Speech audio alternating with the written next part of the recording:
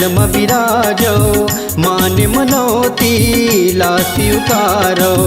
बिनती है मोरे कमर छठ मैया देवो आशीष मोरे ललना मोरे ललना। जय हो मैया।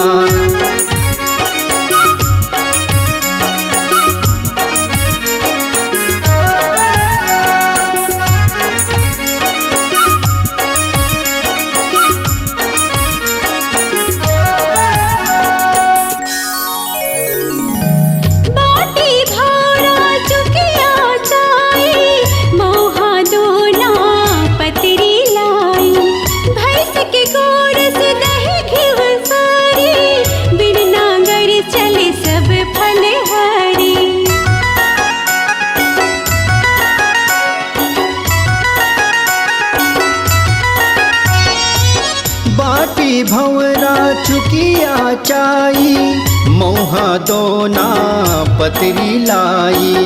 भैंस के गोरस दही गिव सारी बिन नांगर चले सब फलहारी। एही दिन जननी ही हल धरी हा किसन के दाऊ बड़े भैया। बिनती है मोरे कमर छठ मैया आशीष दी हो मोरे ललना।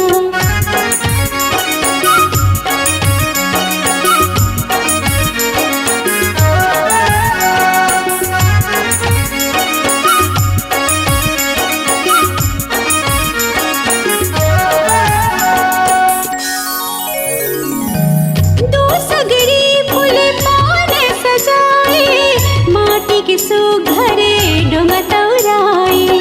सोने कथा जोन फल वो पाए ग्वालिन की मरी लइका जयाए।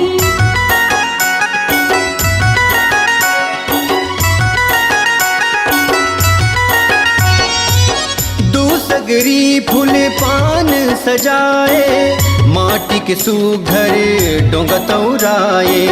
सुने कथा जुन फल वो पाए ग्वालिन के मरे लइका जियाए। छिमा दान देके दया दिखैया सब गावे दाई तोरे महिमा।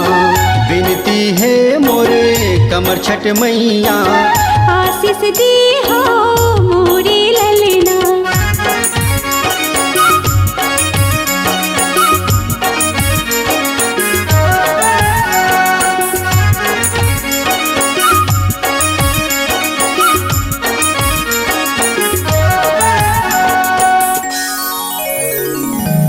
बस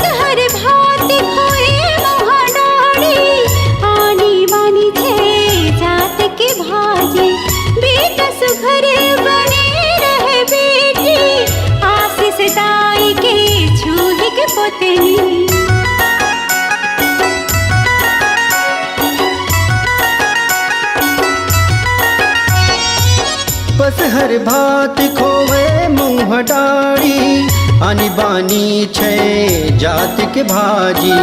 बेटा सुघर बने रहे बेटी आशीष दाई के छुही के पोतनी। जुग जुग जिए जुगनी चंदा आशीष देवे दाई के मनहा। बिनती है मोरे कमर छठ मैया आशीष दी हो मोरे ललना। बिनती है मोरे कमर छठ मैया।